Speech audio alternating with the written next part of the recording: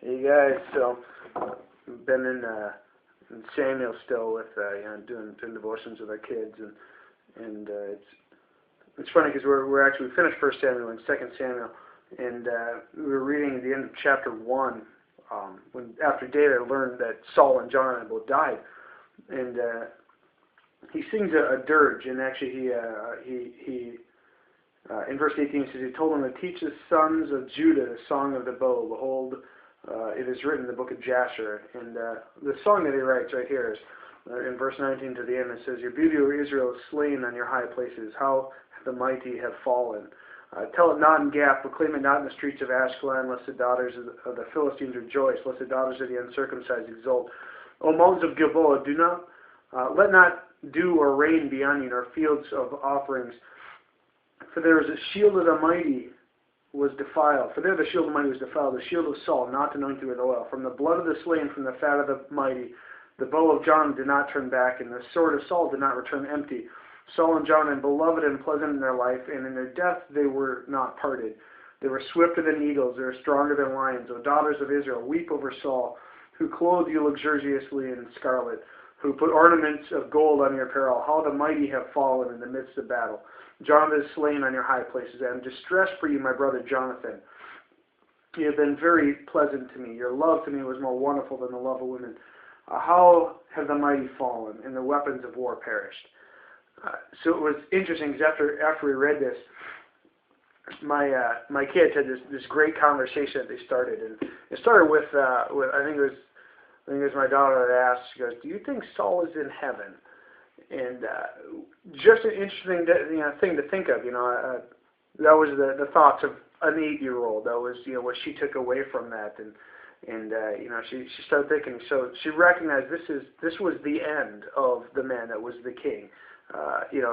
Yes, David is taking off from this platform and is launching all his kingship over Judah and all Israel. But it was interesting. Your life is a sentence, and it ends with a punctuation mark. And what is that punctuation mark for you? Were you an exclamation point? Did you live and die? Did you stand on something, and that's what you were known for? That passionate excitement. It was this is it. Or were you just are you a period? Or in Saul's case, are you a question mark? When all is done, when all is over, are people going to have that life that they look back on? Are you a question mark? Live for something, live and stand on something. It was interesting because our conversation went. My son said he came down. My son goes, I think he was, and then he explained why. And my daughter was funny because when you go through the Bible, when you're reading like this, and she basically, it was just a real pure, real raw. This is what I think based on what I know about God. She hasn't been indoctrinated by years and years of doctrine and church history and religion and these things where these are our traditions, and she goes, I don't know. He lived like this, and he did these bad things, and he did these good things too, and he was what God said, but I don't know. So we just had a really good conversation. So if you're an adult, let your exclamation point be that you passed on a legacy of belief, that you passed on your faith, but not just that you made your faith their faith, but that you passed your faith on in such a way that they grabbed a hold of that and it became their own. Because we can't just live on grandma's faith.